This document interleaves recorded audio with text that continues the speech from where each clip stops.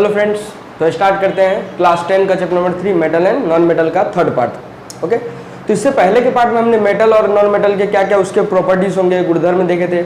इसमें भी हमने फिजिकल प्रॉपर्टी देखा था।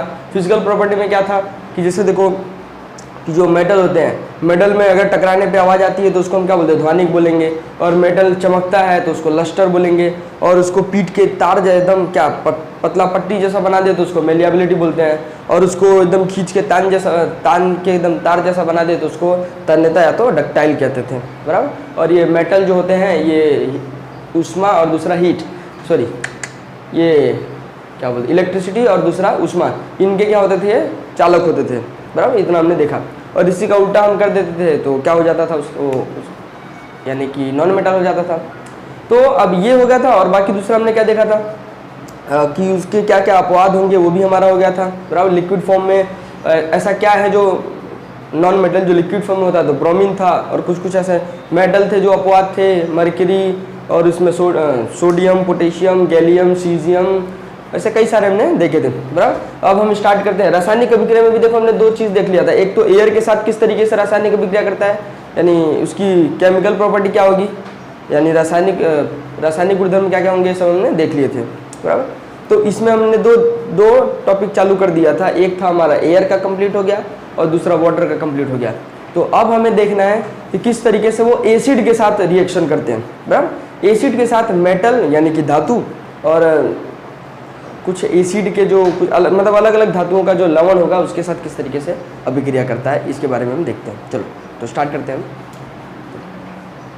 तो धातु का एसिड से अभिक्रिया, तो धातु का अगर हम एसिड से अभिक्रिया कराएंगे तो क्या होगा, तो कुछ चीज़ें याद, जैसे ये तो चैप्टर 2 में भी हमने पढ़ा था कि धातु का अगर हम एसिड से अभिक्रिया कराते हैं तो क्या बनेगा, एक तो उसका लवण बनाएगा यानी सॉल्ट बनाएगा, और लास्ट में और एक्स्ट्रा क्या निकालता है, हाइड्रोजन गैस को रिलीज कर देता है, बराबर। ये सब हमने इससे पहले वाले चैप्टर में भी देखा था।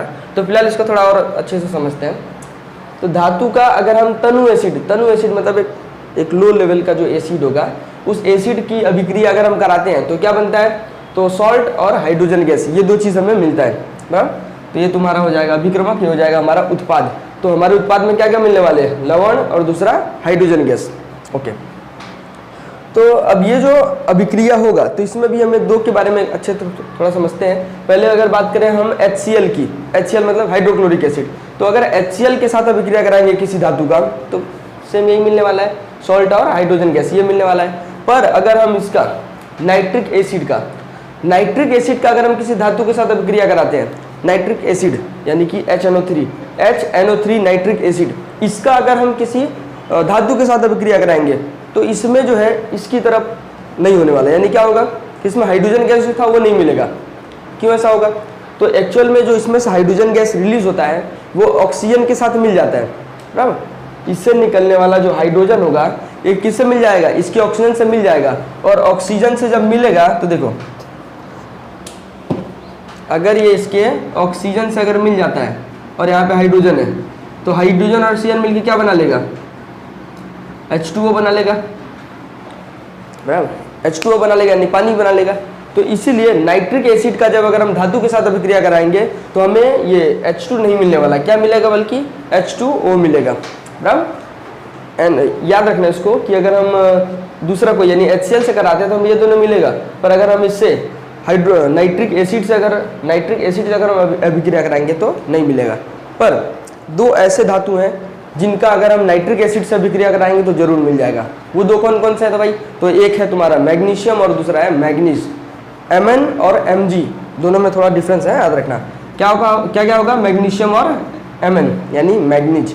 तो मैग्नीशियम और मैग्नीज इनकी अभिक्रिया अगर हम नाइट्रिक एसिड से कराते हैं, HNO3 से कराते हैं, तो 100% फिक्स है इसमें हमें H2 मिलेगा, बराबर, हाइड्रोजन मिलेगा, याद रखना। ये हो गया। तो नॉर्मली इसमें से बताया गया है कि सबसे तेज अभिक्रिया करने वाला कौन सा होगा, सबसे तेज अभिक्रिया करेगा Mg यानी कि मैग्नीशियम, फिर उसके बाद आएगा एल्यूमिनियम, उसके बाद आएगा जिंक, उसके बाद आएगा आयरन, बराबर। इस तरीके से उसकी अभिक्रिया कितनी तेजी से अभिक्रिया करते हैं वो बताया गया है। इस श्रेणी में लास्ट नंबर पे कौन सा आएगा, कॉपर आएगा। नॉर्मली इसके हिसाब से अगर हम पूरा अगर सक्रियता श्रेणी की बात करेंगे तो फिर वो अलग हो जाएगा, तो हम आगे देखेंगे अभी, बराबर। तो ये किस तरीके से अभिक्रिया करेगा तो देखते हैं पहले। तो फिलहाल Mg सबसे हाई होगा इसमें, बराबर। एसिड की इसमें अभिक्रिया कराएंगे तो हाई होगा। याद रखना इससे भी तेज अभिक्रिया करने वाले होंगे, पर हमें एसिड के साथ अभिक्रिया कराना है, तो एसिड में हमें ये Mg से ही स्टार्ट करना होगा। Mg ही सबसे तेज अभिक्रिया करेगा, बराबर। इसके अलावा भी और सब होते हैं, पर उसका हम एसिड से अभिक्रिया नहीं करा सकते, बराबर। चलो Mg।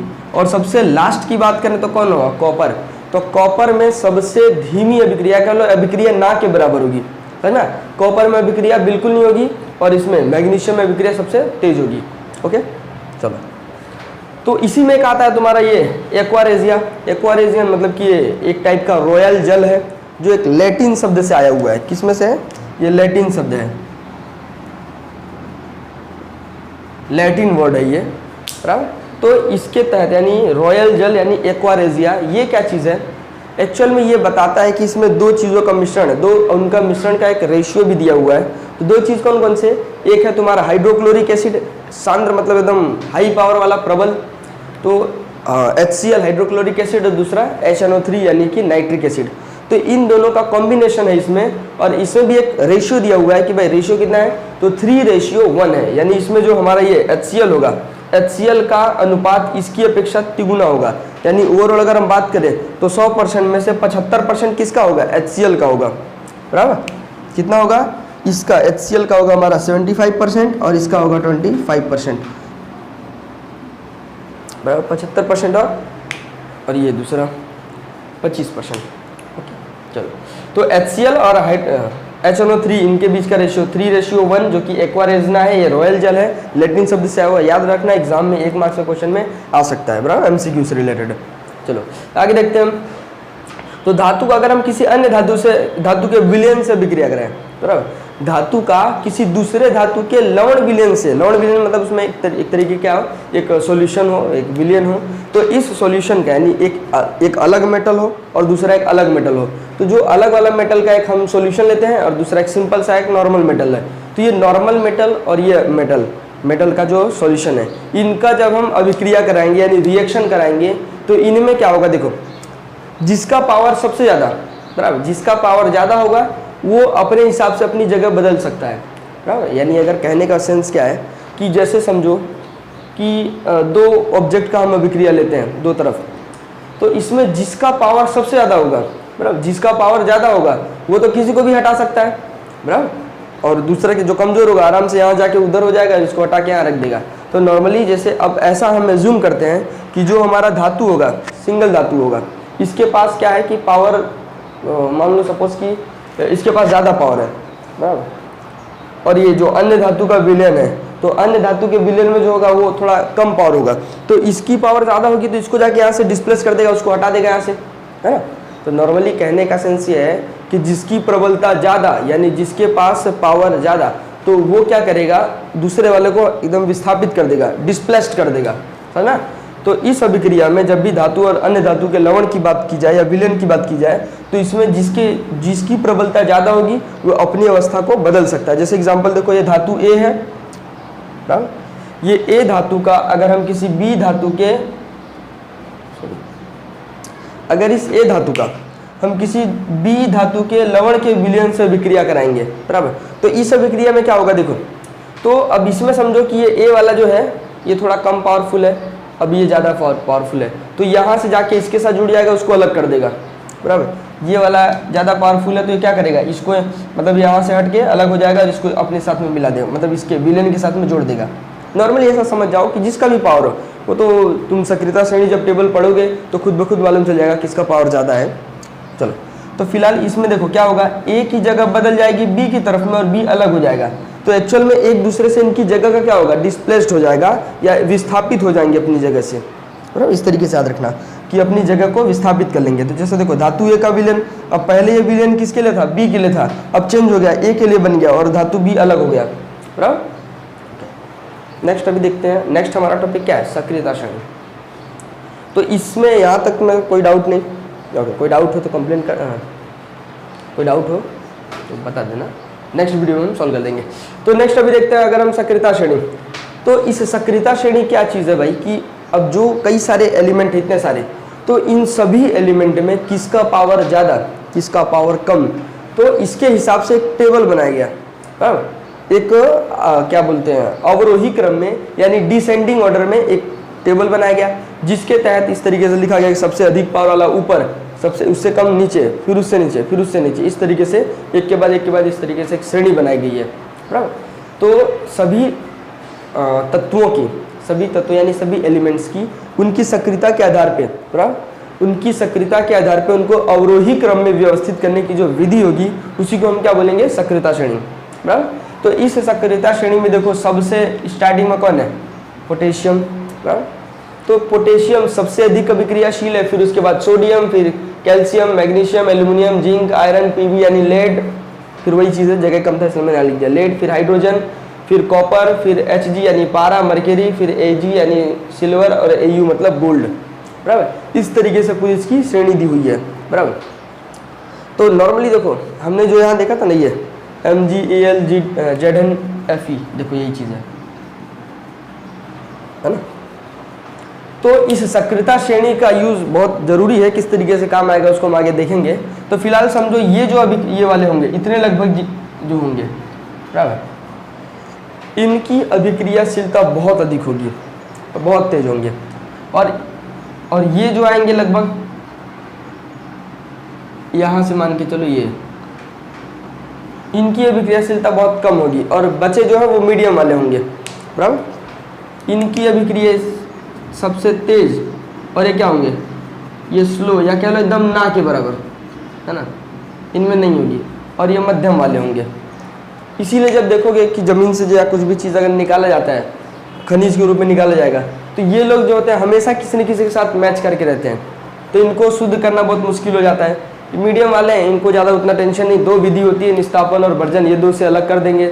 अब ये सब क्या चीज़ है इसके आगे वाले में हम अगले वीडियो में देख लेंगे। तो ये मीडियम वाले हैं, और ये जो लास्ट वाले इनमें तो कोई दिक्कत नहीं, आराम से थोड़ा गर्म करो या जो थोड़ा धो धा के आराम से इसको साफ़ कर सकते हो, क्योंकि ये अभिक्रिया उतना करते ही नहीं है, बराबर। नॉर्मली ये लोग सल्फाइड ऑक्साइड ये सब बना लेते हैं, तो एक अशुद्धियाँ हो जाती हैं, पर इसमें उतनी अशुद्धियाँ नहीं रहती, नॉर्मल सा है, बस खाली उसको किसी भी तरीके से हम आसानी से उसको अलग कर सकते हैं, नॉर्मली ऐसा समझो। अब जब इसका टॉपिक आएगा तो हम उसमें देखेंगे। तो फिलहाल इतना समझ जाओ कि अभिक्रियाशीलता के आधार पर एक श्रेणी बनाई गई है। इस श्रेणी में जो सबसे तेज होगा उसको ऊपर रखा गया है, फिर उससे कम को उससे नीचे, उससे नीचे, उससे नीचे, इस तरीके से डिसेंडिंग ऑर्डर में रखा गया है। सबसे नीचे जो होगा एकदम कम अभिक्रियाशीलता वाला होगा। इसी में देखो सबसे लास्ट में कौन सा है, Au मतलब हमारा गोल्ड होता है। तो गोल्ड जो है इतना कम अभिक्रियाशीलता है कि ऑक्सीजन से बिल्कुल अभिक्रिया नहीं करता, बराबर। तो गोल्ड के बारे में एक फैक्ट हमने इससे पहले भी देखा था कि ये 1 ग्राम सोने को अगर हम खींचेंगे तो 2 किलोमीटर लंबी तार बनाई जा सकती है, बराबर। चलो, तो ये रहा हमारा सक्रियता श्रेणी।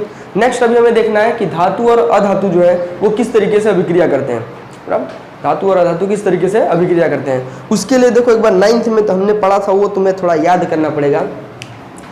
तो क्या पढ़े थे भाई 9th में, कि जितने भी एलिमेंट होंगे, कोई भी तत्व ले लो, पूरे 118 तत्व हैं अभी तक खोजे गए, उन 118 तत्वों में चाहे जितने भी तुम तत्व ले लो, बराबर, जितने भी हो, तो उन सभी तत्वों में तुम देखोगे,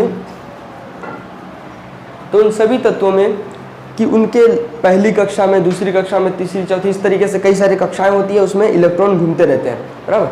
तो अगर हम बात करें उनकी अंतिम कक्षा की, नॉर्मली देखो एक बार फिर से पहले समझ लेते हैं कि ये सपोज हमारा क्या है, एलिमेंट है, बराबर, उसका परमाणु क्या बोलते हैं, उसका न्यूक्लियस है, न्यूक्लियस मतलब केंद्र है। तो इस केंद्र में जो भी है, इसमें क्या क्या रहते हैं, एक प्रोटॉन रहते हैं और एक न्यूट्रॉन, ये दो चीज़ केंद्र में रहता है। और बाहर कौन घूमता है, तो इलेक्ट्रॉन बाहर घूमता है, बराबर।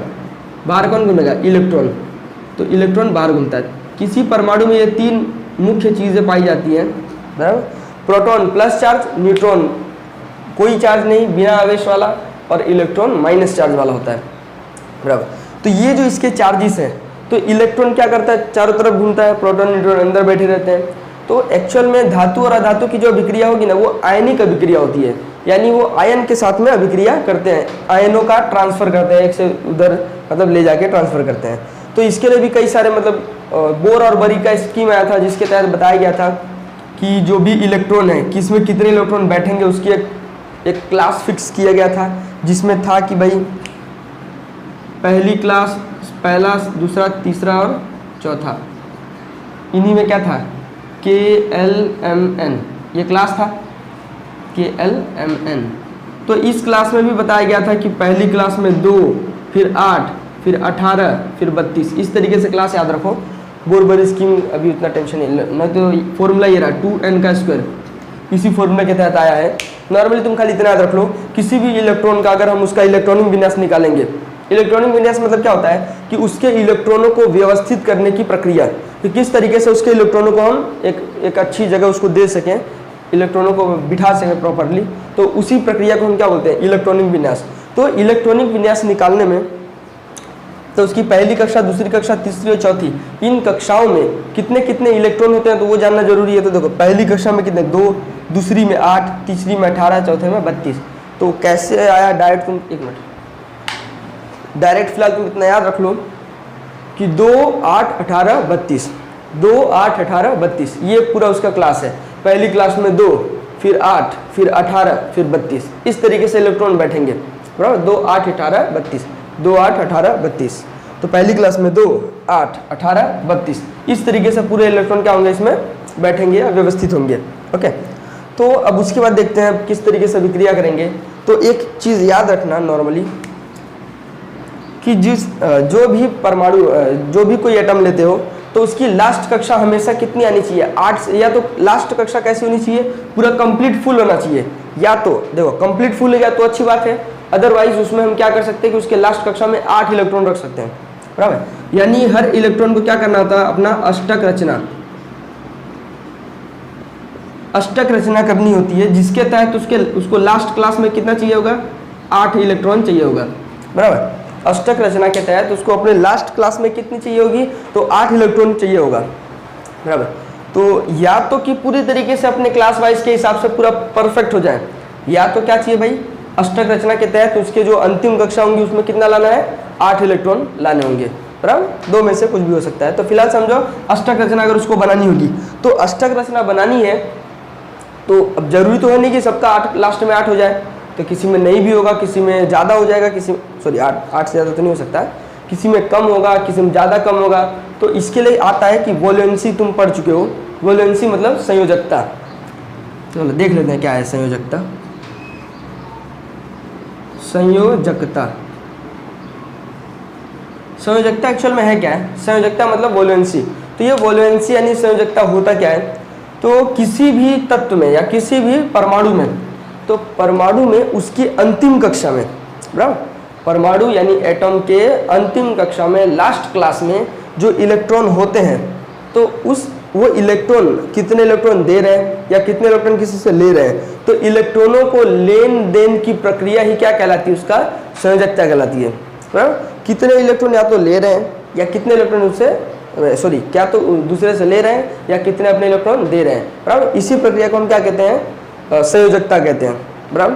तो नॉर्मली याद रखना कि जिस भी इलेक्ट्रॉन के लास्ट क्लास में, बराबर, लास्ट में कितना हो भाई, तो लास्ट में 1 हो, 2 हो या 3 हो, बराबर। और लास्ट में क्या हो सकता है भाई, किसी में 4 भी हो सकता है, किसी में 5 हो, 6 हो, 7 हो या 8 हो।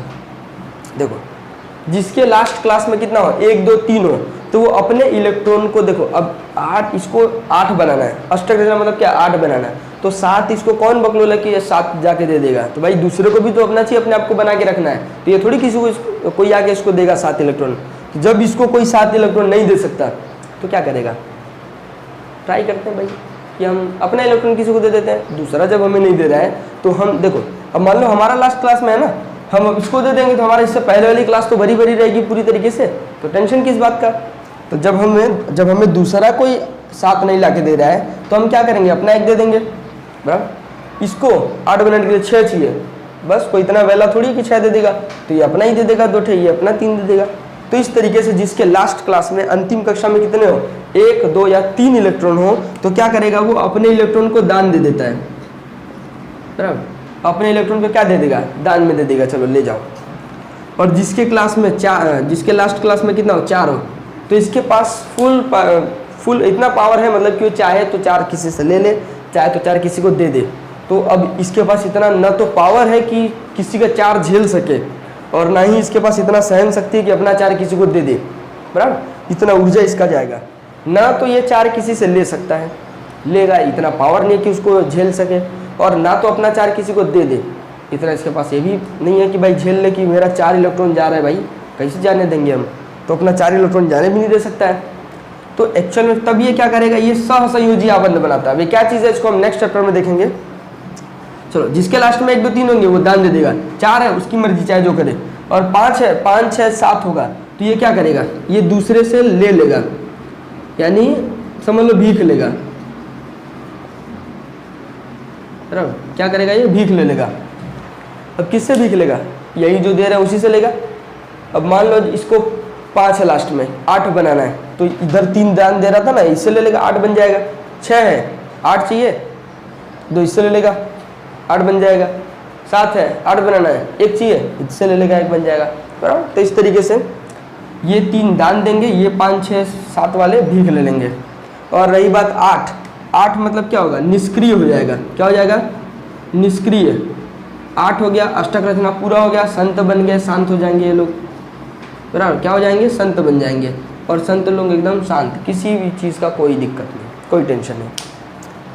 तो जिसके बाहरी कक्षा में 8 इलेक्ट्रॉन, तो 8 हो जाएंगे तो एकदम अष्टक रचना पूर्ण हो गया, एकदम शांत हो जाएंगे, बराबर, एकदम निष्क्रिय, शांत, कोई भी अभिक्रिया नहीं करेंगे।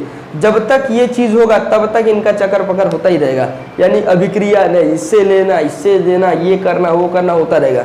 जैसे ही 8 हो गया एकदम शांत, कोई दिक्कत नहीं, बराबर। चलो, तो अब समझो इसमें, तो अगर कोई अपना इलेक्ट्रॉन दान दे रहा है तो बहुत अच्छा काम कर रहा है, तो अच्छा काम कर रहा है तो इसमें हम क्या बोलते हैं कि बढ़िया है, इसको हम प्लस मानते हैं, इसका एक प्लस पॉइंट है।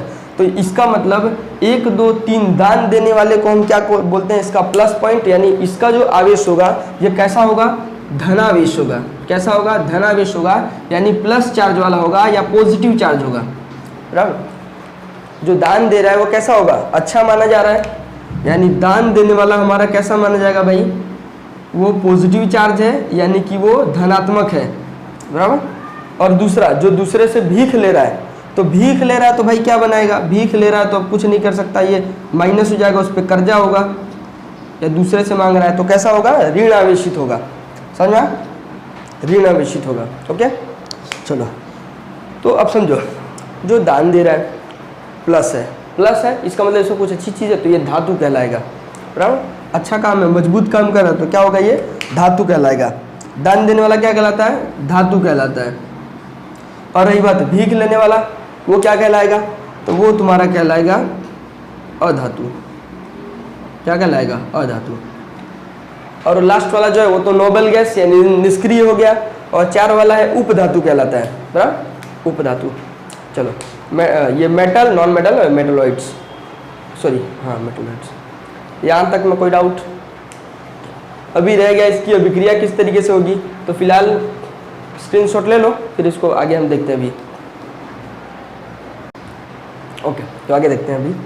तो यहाँ तक तो समझ में आ गया कि जिसके लास्ट में 1 2 3 इलेक्ट्रॉन होंगे वो दान देंगे, जिसके लास्ट में 5 6 7 होगा दूसरे से दान लेगा। तो जो दान दे रहा है वो प्लस चार्ज है, यानी कि धातु होगा, और जो दान ले रहा है यानी माइनस चार्ज, वो क्या होगा, अधातु होगा, बराबर। अब इनकी अभिक्रिया हम समझते हैं किस तरीके से अभिक्रिया करते हैं। तो जैसे देखो, एक एग्जाम्पल के तहत हम मानते हैं कि चलो एक हम ये Na यानी कि सोडियम लेते हैं, बराबर, और दूसरा हम क्या लेते हैं, क्लोरीन, बराबर, Cl यानी कि क्लोरीन। तो Na जो है, देखो एक्चुअल में समझते हैं पहले इलेक्ट्रॉन जो है कितना, इलेक्ट्रॉन होता कितना है, कैसे पता करेंगे उसमें प्रोटॉन कितना है, इलेक्ट्रॉन कितना है। तो एक्चुअल में ये अब यहाँ पे टर्म आता है उसका परमाणु क्रमांक, बराबर, कि वह कौन से क्रमांक पे आता है, जिस क्रमांक में आएगा उसके आधार पर उसमें प्रोटॉन होंगे। एक्चुअल में परमाणु क्रमांक डिनोट किस पे किया जाता है या फाइंड किस पे किया जाता है, तो उसमें प्रोटॉनों की संख्या के आधार पे, जितने प्रोटॉन उतना परमाणु क्रमांक, यानी परमाणु क्रमांक को हम Z से दर्शाते हैं, बराबर। तो अब जिस नंबर पे आएगा वही उसका क्या होगा, परमाणु क्रमांक, या उतने इलेक्ट्रॉन और प्रोटॉन की संख्या होगी। चलो, अब जैसे हम बात करें अगर सोडियम की, तो सोडियम हमारा आवर्त सारणी में आता है 11वें नंबर पे। तो 11वें नंबर पे आ रहा है, मतलब इसमें प्रोटॉन भी 11, इलेक्ट्रॉन भी 11, बराबर। हमें क्या करना है, इस इलेक्ट्रॉनों को व्यवस्थित करना है, यानी इलेक्ट्रॉनों को हर एक क्लास में अपने हिसाब से भरते जाना है, भरते जाना है। इस सीट, जैसे समझो पहली क्लास में 2 सीट है तो पहले में सिर्फ और सिर्फ 2 ही बैठेंगे, दूसरी क्लास में 8 सीट है तो उसमें सिर्फ और सिर्फ 8 ही बैठेंगे, बराबर। तीसरे में 18 है तो उसमें सिर्फ 18 ही बैठेंगे, बराबर, उससे ज़्यादा हम नहीं बिठा सकते, बराबर। चलो, ये हमारे इंडियन इंडियन ट्रेन का वो नहीं है सीट कि भाई 70 की सीट 70-80 की सीट में तुम 150-200 बिठा दो, तो इतना तो नहीं है भाई। चलो हम अपने हिसाब से देखते हैं अभी तक। तो सोडियम जो है 11वें नंबर पे आता है, तो 11वें नंबर पे आएगा, इसका मतलब प्रोटॉन और इलेक्ट्रॉन कितने होंगे, 11 होंगे। तो चलो इसको बनाते हैं किस तरीके से। तो भाई हमारा पहली क्लास जो है, पहली क्लास में कितने इलेक्ट्रॉन हो सकते हैं, चलो मैं नंबर फिलहाल लिख देता हूँ। एक्चुअल में देखो संरचना ऐसी बनेगी, ये हमारा परमाणु हो जाएगा, फिर इस तरीके से ये पहली क्लास, ये दूसरी क्लास, है ना। इतना लंबा चौड़ा लेने से अच्छा हम शॉर्ट सा खाली नंबर लिख देते हैं, बराबर, समझ जाना। देखो किस तरीके से, चलो सोडियम जो है इसके पहली क्लास में फिक्स है 2 ही रहेंगे, और ये है 11वें नंबर पे आता है, और ये क्लोरीन 17वें नंबर पे आता है। चलो तो अगर ये 11वें नंबर पे आएगा तो पहली क्लास में तो हम 2 ही बिठा सकते, उससे ज़्यादा नहीं बिठा सकते, चाहे कितना भी पड़ोसी हो, चाहे कितना भी अच्छा खास आदमी हो, पहले में 2 ही बिठा सकते हो, उससे ज़्यादा नहीं बिठा सकते। उसके बाद वाले में कितना भाई 8 बिठा सकते हैं, बराबर। तो देखो 8 और 2 10 हो गया, अभी 1 बच गया, है ना। लास्ट क्लास में कितना बच गया, 1। क्लोरीन की बात करो, क्लोरीन भी सेम, पहली क्लास में 2, दूसरी क्लास में कितना होगा 8, और बचा कितना 7 बच गया, है ना। 8 2 10 7 17, समझ में आ रहा है, ओके। अब इसके लास्ट में बचा 1, इसके लास्ट में बचा 7। तो देखो यही, देखो ये इसी चीज़ को हम बोलते हैं इलेक्ट्रॉनिक विन्यास निकालना। तो अब इसमें 1 बचा, इसमें 7 बचा, तो अब क्या होगा, तो ये देखो हमने देखा था जिसके लास्ट में 1 2 3 होगा वो दान दे देगा। तो इसने किसको दान देना है, इसको दान देना है, क्योंकि भाई ये किसी न किसी को दान देगा, और ऐसे बिना मतलब का तो देगा नहीं, जिसको चाहिए होगा उसी को देगा। तो इसमें चाहिए किसको, इसको चाहिए, तो ये किसको दे देगा, क्लोरीन को एक इलेक्ट्रॉन दान दे देगा। देखो एक्चुअल में अभी के समय में इसका कितना इलेक्ट्रॉन है, 2 8 1 है, इसका कितना है 2 8 7 है। तो ये अपना 1 इलेक्ट्रॉन किसको दे देगा, इसको दे देगा। तो ये कितना हो जाएगा, अब के समय कितना हो जाएगा 2 8 8 हो जाएगा, और ये कितना हो जाएगा 2 8 हो जाएगा, बराबर। इस तरीके से होगा, है ना। इसने अपना 1 इलेक्ट्रॉन इसको दे दिया। तो अब देखो इसमें, तो फिलहाल हमने सोडियम को क्या किया, सोडियम ने दान दिया है, मतलब हमारा प्लस चार्ज होगा, तो इसको सोडियम को हम यहाँ पे प्लस लिख देंगे। क्लोरीन दूसरे से भीख ले रहा है, माइनस चार्ज हो जाएगा, तो इसे हो जाएगा क्लोरीन। तो सोडियम का और क्लोरीन का अभिक्रिया कराएंगे तो नाम क्या बन जाएगा इसका, सोडियम क्लोराइड। क्या नाम बन जाएगा, सोडियम क्लोराइड, जो कि नॉर्मली घर में हम नमक खाते हैं ना, वही नमक है ये सोडियम क्लोराइड। एक एग्जांपल और समझो कि ये है मैग्नीशियम, बराबर, और ये क्या है ऑक्सीजन, बराबर। मैग्नीशियम आता है 12वें नंबर पे और ऑक्सीजन आता है 8वें नंबर पे। अब इसके इलेक्ट्रॉन बनाते हैं भाई। तो मैग्नीशियम जो है 12वें नंबर पे आता है, तो पहली क्लास में 2 8 2 ऐसे इलेक्ट्रॉन हो गए ना। देखो 8 2 10 10 2 12 12 फिट हो गए, और ये ऑक्सीजन में कितना होगा 8 है 2, और ये लास्ट में 6, बराबर। इसके पास 2 एक्स्ट्रा है, इसको 2 चाहिए, उठा के दे दो इसको, बराबर। तो ये कितना हो जाएगा भाई, ये 2 8 हो जाएगा, और ये कितना हो जाएगा, ये हो जाएगा 2 8, बराबर। लास्ट में 8 हो गया, लास्ट में 8 हो गया, इसका भी 8 इसका भी 8, बराबर। तो 8 8 फिक्स हो गए। तो इसका मतलब अब निष्क्रिय हो जाएंगे, शांत हो जाएंगे। तो अब यहाँ पे इन दोनों का लिखोगे फॉर्मूला कैसे भाई, तो इसने दान दिया मैग्नीशियम ने, तो हम क्या लिखेंगे Mg, और इसने उससे दान लिया तो O, बराबर। इस तरीके से लिखेंगे मैग्नीशियम ऑक्साइड, सोडियम क्लोराइड, ये प्लस और ये माइनस। देखो अब बैलेंस करना वो अलग टॉपिक है, तो इसमें 2 को लाना, इधर 2 लिखोगे, फिर इधर भी 1 नंबर बढ़ाना पड़ेगा, वो सब बैलेंस वाला टॉपिक अलग है, उसमें भी ध्यान नहीं देना है। फिलहाल ये देखो मैग्नीशियम और ये ऑक्सीजन, इनके विक्रिया से क्या बन गया, मैग्नीशियम ऑक्साइड बन गया, बराबर। कौन सा माइनस कौन सा प्लस, इसमें कोई डाउट नहीं, ओके। तो ये हो गए हमारे किस तरीके से जो धातु होंगे वो अभिक्रिया, धातु और अधातु कैसे अभिक्रिया करेंगे, बराबर। तो इसमें भी देखो जो इस तरीके से विक्रिया हो रही है, एक्चुअल में लोग क्या कर रहे हैं, अपने आयन उठा के दूसरे को दे रहे हैं, है ना, आयनों का आदान प्रदान कर रहे हैं। तो इसमें जो अभिक्रिया बनेगी वो कैसी होगी, वैद्युत आयनिक यौगिक अभिक्रिया होगी। कैसी होगी, वैद्युत आयनिक यौगिक अभिक्रिया होगी। यानी ये कैसे करेंगे, अपने आयन का एक कंपाउंड बनाते हैं, बराबर, एक इलेक्ट्रिक कंपाउंड समझ लो इनका है, वैद्युत आयनिक यौगिक। तो वैद्युत आयनिक यौगिक के तहत ये लोग क्या होते हैं, आपस में जुड़ते हैं, बराबर। तो फिलहाल इस टॉपिक में अभी के लिए इतना ही रखते हैं। बाकी जो रहेगा किस तरीके से धातु को ज़मीन से निकाला जाता है, किस तरीके से शुद्धिकरण किया जाता है, उसको हम नेक्स्ट वीडियो में देखेंगे। फिलहाल यहाँ तक में कोई डाउट हो, ओके, स्क्रीनशॉट ले लो।